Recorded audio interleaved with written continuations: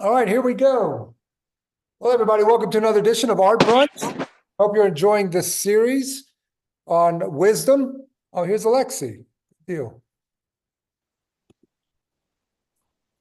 Hopefully, Ozdot sees him trying to get in. We have somebody unmuted. Ozdot, do you know who that is?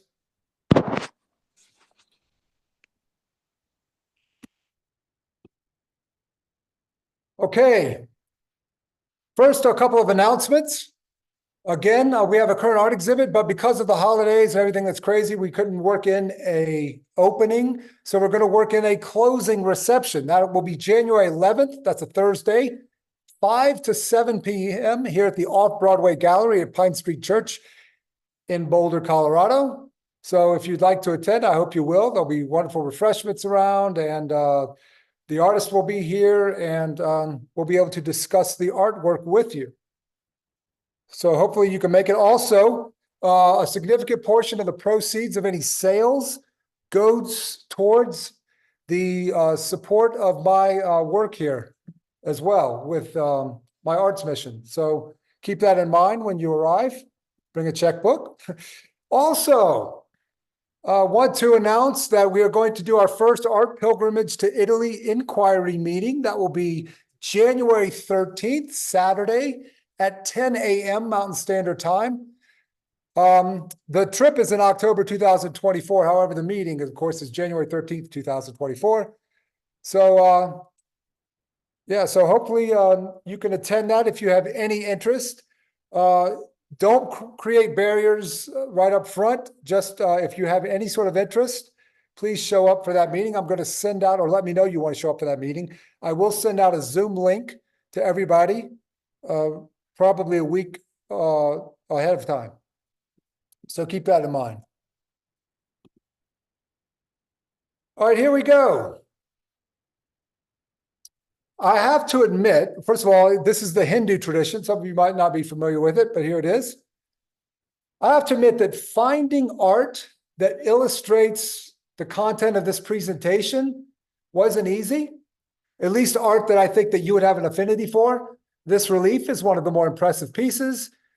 You're going to see what I mean in the next slide. All right, many of you are familiar with the most well-known text of Hinduism, the Bhagavad Gita. The title means Song of God or Song of the Lord. Of all the texts of Hinduism, the Bhagavad Gita has had the greatest influence on Western writers and poets, scientists, theologians, and philosophers. Figures like Ralph Waldo Emerson, Henry David Thoreau, William Blake, T.S. Eliot, and more contemporary figure Philip Glass, just to name a few. Even Thomas Jefferson and John Adams had copies of the Gita, the Bhagavad Gita, in their libraries. And of course, it played a major role in the religious life and activism of Mahatma Gandhi. He wrote extensively about the text. Today, the Gita is a truly global text. The Gita is how most people refer to it. And when it is interpreted in a non-literal way, let me emphasize that, when it's interpreted in a non-literal way, its philosophy of life still holds a great sway over millions of seekers. In other words, it's a message not just for Hindus, but for a larger humanity. It is not a long text, but was originally part of a great Indian epic tale of two great families, one good, one evil. It is usually dated to sometime between the 5th and 3rd century BCE. The Gita is a dialogue between the warrior prince Arjuna and the god Krishna, who is serving as his charioteer at the battle of Kurukshetra, fought between Arjuna's family, the good ones, and his allies, known as the Pandavas family, and those of the prince Duryodhana and his family, the Kauravas. Those are the bad guys. Now look at this image here. Arjuna is on the far upper right. He's the one with the flexed bow, about to fire it. He is the hero and leader of the Pandava army. And there you can see right in front of him is the god Krishna, dark-skinned with a crown, his charioteer. The gods above are looking down on the battlefield. This work shows Arjuna and Krishna surrounded by the armies, the good one and the bad one, about to do battle. Now, I couldn't find any information about the artist of this work, nor date of the work. To be honest, most of the art I found depicting Hindu themes are anonymous. And the artworks that reference directly the Gita are more modern illustrations like this one. In this work, Krishna is instructing a kneeling Arjuna. You see them right there in the middle. Krishna will spend the bulk of the Gita teaching and training Arjuna mentally and spiritually. Krishna is explaining to him that as a warrior, which is his divinely appointed vocation, his calling, his purpose, to be a warrior, it is his duty to proceed and to fight for what is right. Remember, he's on the good side, and the army he's fighting are evil. However, there's a problem. Notice that Arjuna has thrown down his bow and quiver of arrows, and he is pleading with Krishna. You see, the army that Arjuna is fighting against are full, even though they're bad, supposedly evil, but they're full of soldiers that Arjuna knows personally. He's friends with many of them. He has a deep affection even for many of the people in the opposing army. Some of them are even family members, and so he doesn't want to harm them. Here is how the Gita describes Arjuna's dilemma. After seeing fathers-in-law, companions, and all his kinsmen standing in the ranks of the two armies, Arjuna was overcome with great compassion, and sorrowfully spoke these words, "O Krishna, seeing my kinsmen standing with a desire to fight, my limbs fail and my mouth becomes dry. My body quivers and my hairs stand on end. The bow slips from my hand and my skin intensely burns. My head turns. I'm unable to stand steady, and, O Krishna, I see bad omens. I see no use of killing my kinsmen in battle. I desire neither victory nor pleasure nor kingdom, O Krishna. What is the use of the kingdom or enjoyment or even life, O Krishna? Because all those for whom we desire kingdom, enjoyments, and pleasures are standing here for the battle, giving up their lives." He doesn't want to go through with this. He'd rather die than have to kill his friends and fellow family members, even if they're on the sort of bad side, so to speak. Here's how it continues. I do not wish to kill my teachers, uncles, sons, grandfathers, maternal uncles, fathers-in-law, grandsons, brothers-in-law, and other relatives who are about to kill us, even for the sovereignty of the three worlds, let alone for this earthly kingdom, O Krishna. Excuse me, my mouth is a little dry. O Lord Krishna, what pleasure shall we find in killing our cousin brothers? Upon killing these felons, we shall incur sin only. Therefore, we should not kill our cousin brothers. How can we be happy after killing our relatives, O Krishna? Though they are blinded by greed and do not see evil in the destruction of the family or sin in being treacherous to friends. In other words, even though they're justified or we're justified in rebuking them for their evil, we shouldn't kill them. Why should not we, who clearly see evil in the destruction of the family, think about turning away from this sin, O Krishna? So I think many of us would side with Arjuna in his comment, especially those of us who are pacifists, who see no good coming out of war, even if it's war against a quote-unquote evil enemy. Well, Arjuna goes on waxing philosophically about the evils of war. This is what he says. He's trying to morally instruct Krishna, a god, no less. Eternal family traditions and codes of moral conduct are destroyed with the destruction of the family. An immorality prevails in the family due to the destruction of family traditions. And when immorality prevails, O Krishna, the women of the family become corrupted. And when women are corrupted, unwanted progeny is born. In other words, he's saying that war is going to create orphans and widows, and it's going to lead to the destruction of the social network of a society. That's going to lead ultimately to corruption in that society. And then kids are going to be born out of wedlock and without a father around. And of course, that's going to lead them to possibly not receive the proper upbringing, so to speak. So that's what he's arguing.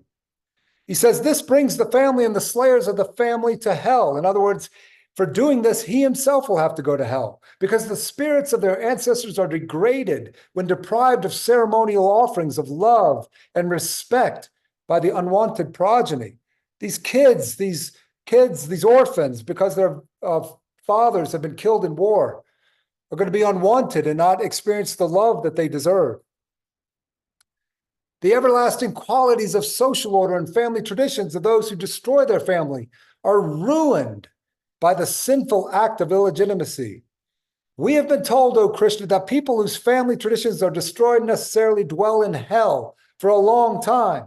Alas, we are ready to commit a great sin by striving to slay our relatives because of greed for the pleasures of the kingdom. He's saying even the good side, his side, is going to battle in order to gain a greater kingdom. There's selfish reasons involved. He says, it would be far better for me if my cousin brothers kill me with their weapons in battle while I am unarmed and unresisting. In other words, he'd rather die than commit the sin of killing his kinsmen and his friends. Well, back to this painting. Krishna, look at him right there standing above Arjuna, will not allow Arjuna to shirk his responsibilities as a warrior called to uphold righteousness. Notice that Krishna has his right arm up and he is pointing toward heaven. He is teaching Arjuna not about purely earthly responsibilities to go into battle. No, he is teaching him the spiritual meaning of what he is experiencing in this material reality. This image is a clue that this text is about spiritual ideals, not earthly matters. So here is Krishna's response. Lord Krishna said, you grieve for those who are not worthy of grief and yet speak words of wisdom. The wise grieves neither for the living nor for the dead. There was never a time when these monarchs, you or I, did not exist, nor shall we ever cease to exist in the future. In other words, death doesn't have the last word. Death is merely a transition, not the end. He says, just as the soul acquires a childhood body, a youth body, and an old age body during this life, similarly, the soul acquires another body after death. This should not delude the wise. The contacts of the senses with the sense objects give rise to the feelings of heat and cold and pain and pleasure. They are transitory and impermanent. Therefore, one should learn to endure them. Because a calm person who is not afflicted by these sense objects and is steady in pain and pleasure becomes fit for salvation. The invisible spirit, called the Atman, sometimes translated as the soul, is eternal, and the visible physical body is transitory. The reality of these two is indeed certainly seen by the seers of truth. The spirit by whom this entire universe is pervaded is indestructible. No one can destroy the imperishable spirit. The physical bodies of the internal, immutable, and incomprehensible spirit are perishable. Therefore, fight, O Arjuna. The one who thinks that the spirit is a slayer and the one who thinks the spirit is slain, both are ignorant, because the spirit neither slays nor is slain.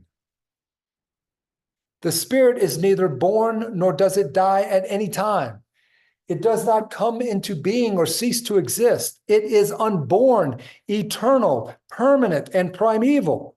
The spirit is not destroyed when the body is destroyed. O Arjuna, how can a person who knows that the spirit is indestructible, eternal, unborn, and immutable kill anyone or causes anyone to be killed? Friends, that is part of the Hindu teaching that might be difficult for some of us, either because it requires faith in an eternal life and an eternal spirit, or some psychologizing for those of you who are strict materialists and also anti-war might be in need. Where are you at? Do you believe in the eternality of the soul, the spirit? Or are you a materialist who needs to psychologize these words?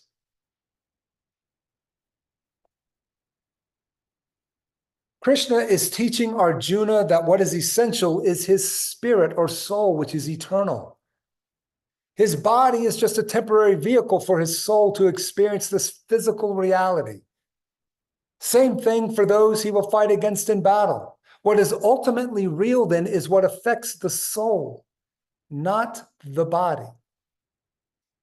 Now, by the way, the mystic and symbolist artist Odilon Redon, whose work you're seeing here, was heavily influenced by both Hinduism and Buddhism. And I chose his artwork for illustration because I think we have a greater affinity for it. It's an expression of Eastern ideals contextualized for the West. So I think we can appreciate it more than some of the illustrations we saw earlier. Well, back to Krishna's teaching. He says that this physical reality is Maya, M-A-Y-A, Maya, which means an illusion, obscuring the fact that our essential self is spirit, eternal, and therefore untouched by the impression of material existence. Or at least our spirit could remain unaffected by the physical world. Listen to this, if we train ourselves to be detached from it. Some of you have seen National Geographic specials or public television specials where you see yogis lying on a bed of nails with heavy objects on them, like their ability to endure pain is incredible. Well, they've trained themselves to do that. It's part of their training to become detached from this physical world, to experience the spiritual world. Pursuing transient pleasures will never satisfy the spirit, according to the Bhagavad Gita, nor will it satisfy the body nor the mind. And in fact, it will create addiction to the material sensory world. We will continue to crave more and more. Arjuna believes avoiding this battle will bring some relief to him, but it will only result in his own death, and nothing will change for good or ill. Life on earth seems the most precious thing to us. We weep when someone dies. But Krishna is teaching Arjuna that in the light of what is ultimately real, what is spiritually true, death is simply the loss of a temporary container for the soul. We need not fear it for ourselves nor for others. Let me pause here to ask, do you believe that? That we are spiritual beings having a physical experience? Even if we believe it, it is still hard sometimes to accept, to live consistently in light of that belief, isn't it? We still often feel that any death is some kind of tragedy, not a transition. Krishna tells Arjuna that the first thing one must do is to understand his dharma, D-H-A-R-M-A, dharma, translated often as his duty or his ethic. For the word dharma, we might even use the word moral or natural law that leads us to understand our calling or mission in this life. The next step is to wage a battle, if need be, for the sake of his dharma. Krishna wants Arjuna to know that being a warrior, Arjuna can never find a greater purpose than to partake in this righteous war. Underlining the significance of such an endeavor, Krishna announces to Arjuna, if you are killed, you shall reach heaven, or if you triumph, you shall enjoy the earth.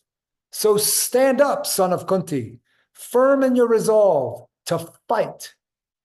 At this point, I remind all of us that most interpreters of the Gita do not interpret this literally. It's not a call to jihad, to righteous warfare.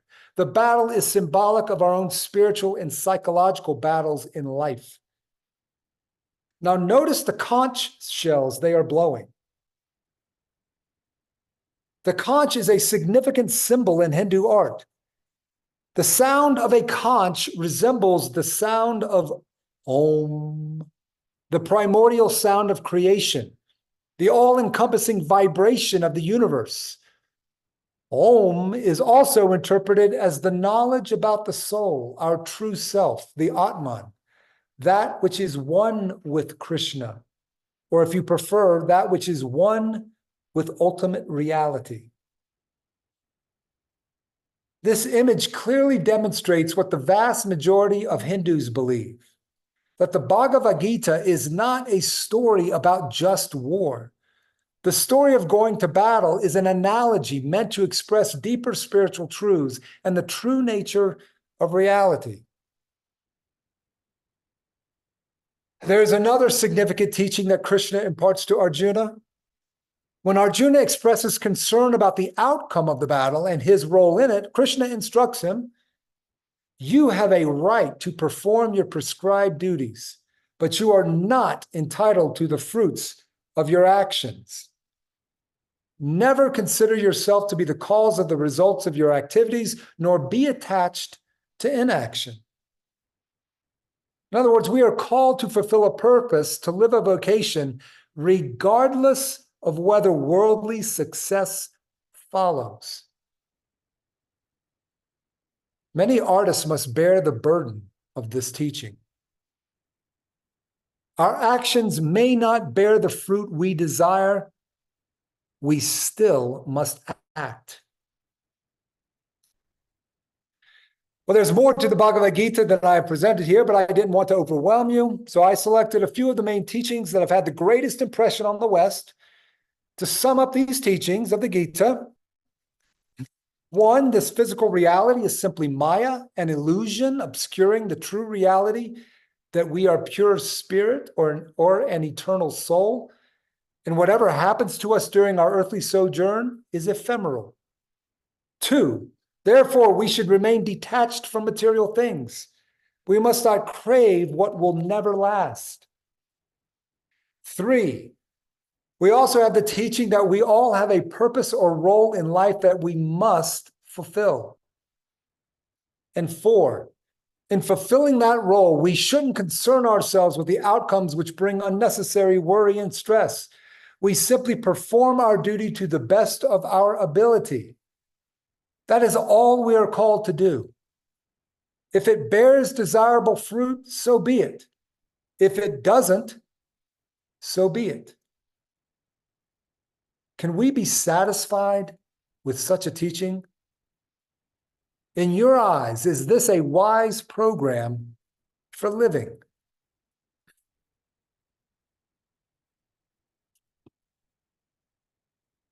A philosophy that developed from the Bhagavad Gita and other strands of Hindu thought is Advaita Vedanta. The term Advaita is often translated as non-dualism, though it literally means non-secondness. Non-secondness. Non-duality is the idea that all things are interconnected and ultimately one. That is difficult to accept at first because the world of appearances is indeed dualistic.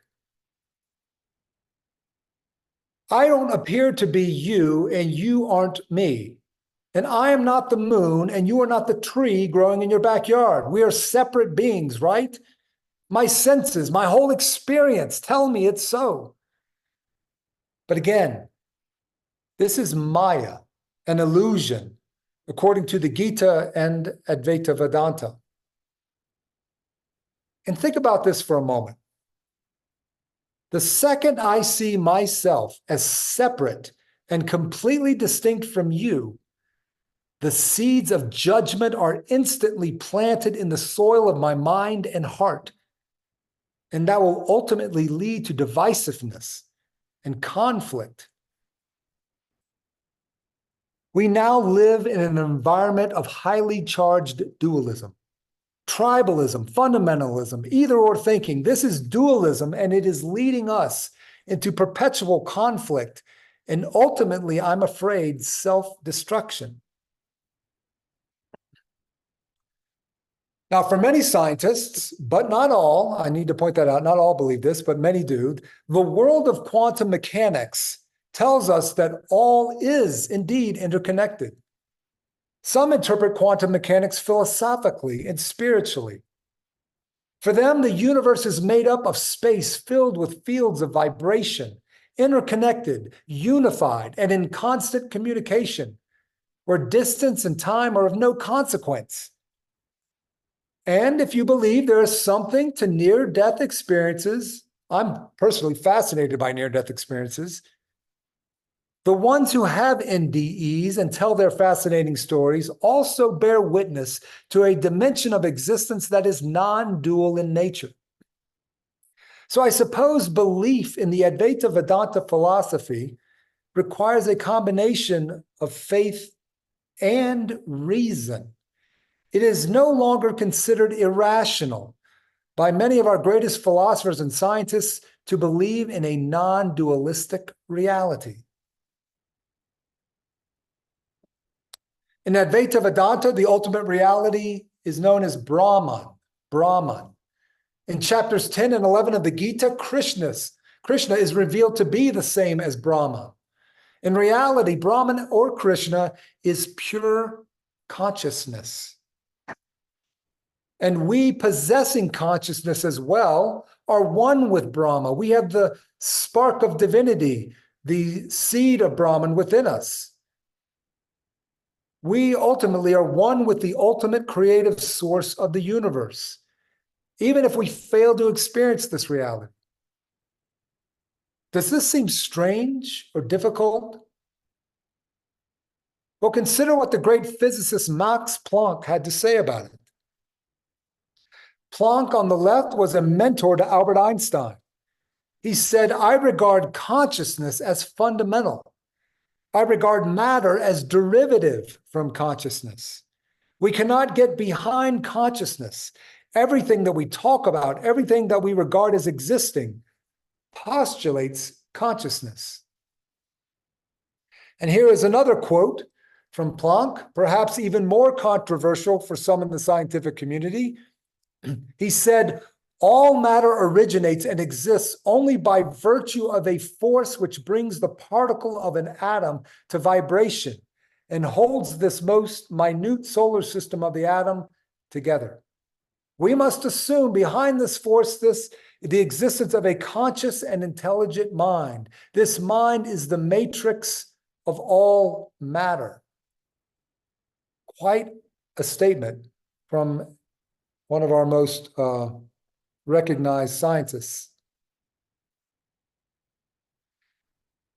Here we see another Odilon Redon work, a depiction of the conch shell again, which references both the primordial cosmic Om of creation, but also the Atman, the soul, our higher self, our spirit. According to Advaita philosophy, if we could lift the veil of illusion, Maya, we would see that our higher self is the same as that which is ultimate. That is pure consciousness. So how can we not simply know this intellectually, how can we experience this so that it enhances our life, so that it expands our life? How can we experience it not simply know it intellectually.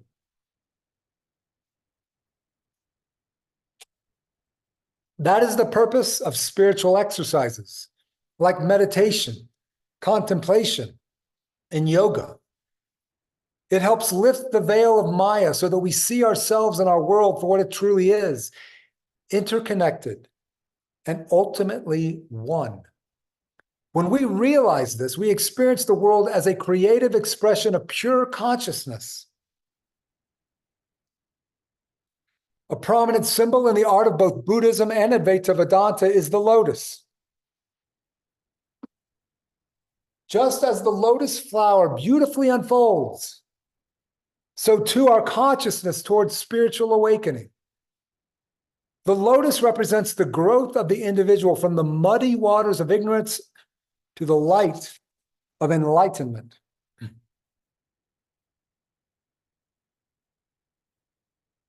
Light is often used as a metaphor for the Brahman, absolute consciousness, the ultimate reality, pure awareness, whatever phrase you want to use for it.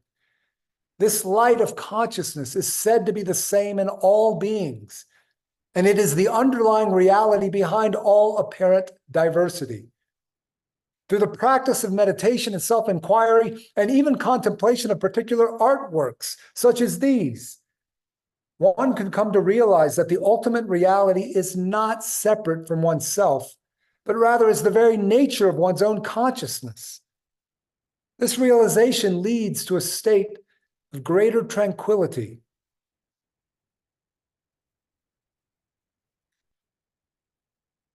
So in this presentation, and the last one on Buddhism, we have discussed Eastern ideas that have had a significant impact on Western seekers, scientists, philosophers, and even artists like Odilon Redon. Might such ideas significantly alter our own perceptions of ourselves and our world? What have you heard today that resonates with you, that calls you to further exploration?